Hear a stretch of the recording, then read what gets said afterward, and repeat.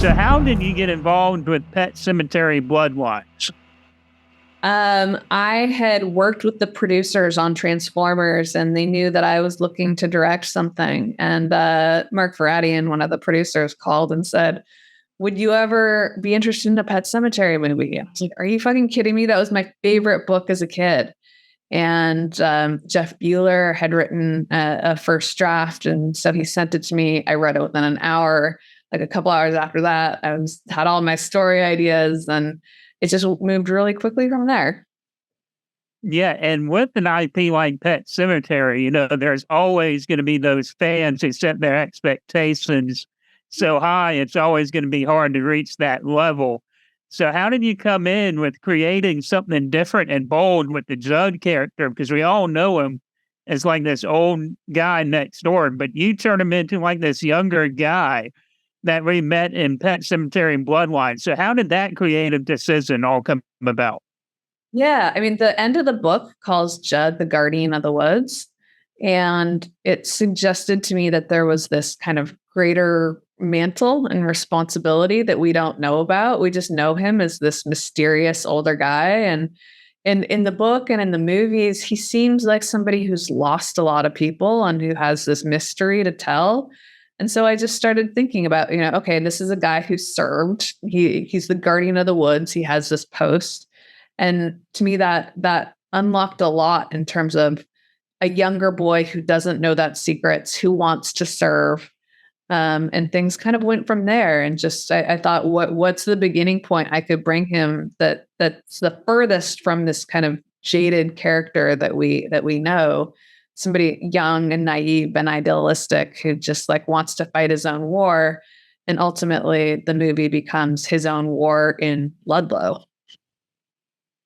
And how did the casting process for all this come about? Because you got some veteran, legendary actors in the genre as well, with Pam Grier and David Duchovny, who absolutely crushed it in Pet Sematary Bloodline. So, how was it like getting those two involved with such a young cast surrounding it as well?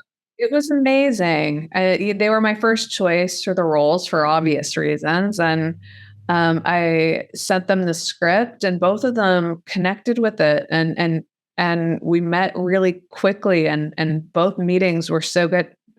Duchovny is a father, and he had a lot of thoughts about it as a father, and that was his connection point to the material. And Pam grew up on a ranch, and she still lives on a ranch, and she had so many ideas about Marjorie's character. And it was clear that their minds were already like very authentically wrapping themselves around these characters.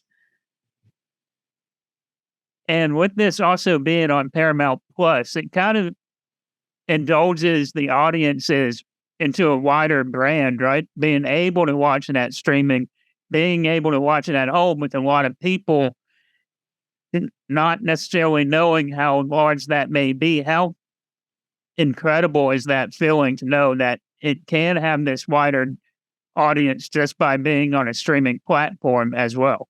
Oh, it's wonderful. It's amazing thinking about all the new people this is going to reach, and it's part of Paramount's Peak Screaming collection, and they've got such a cool collection of horror movies, and to be among them, like, and just some of my favorites of all time. So that's really fun too. And it's crazy to think that for some people this might be their first Pet Cemetery movie that they see, and that's fun too.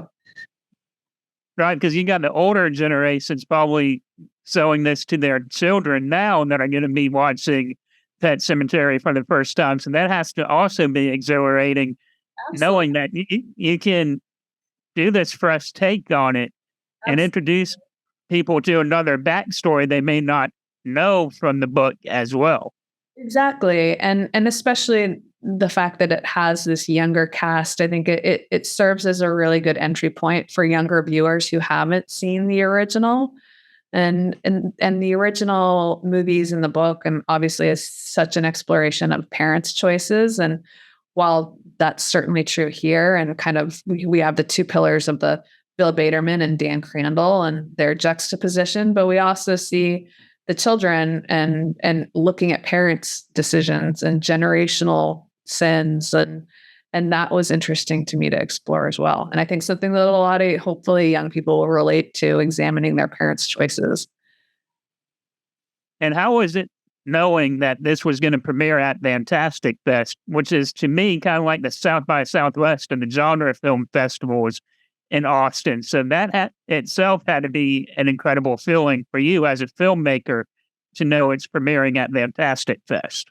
Yes, absolutely. I was so excited when I found out we were premiering it at Fantastic Fest. There's no better way to premiere this movie, than with a bunch of really enthusiastic, like true genre lovers and film lovers. And to see, that film community out in full force is a beautiful thing. And the premiere went great, and it was just a wonderful time.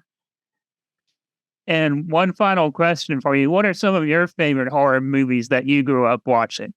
Oh my God. So they're so different in tone too. Like I loved Silence of the Lambs and Seven, but I also loved the Nightmare on Elm Street series. And I loved Pet Sematary, the 1989 film.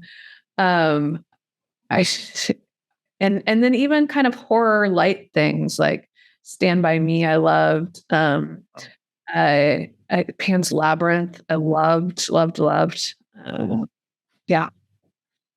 Well, Lindsey, thank you so much for joining me at Infamous Horror today. It's been real fun, and congratulations on Pet Sematary Bloodline. Thank you so much. Thanks for taking the time.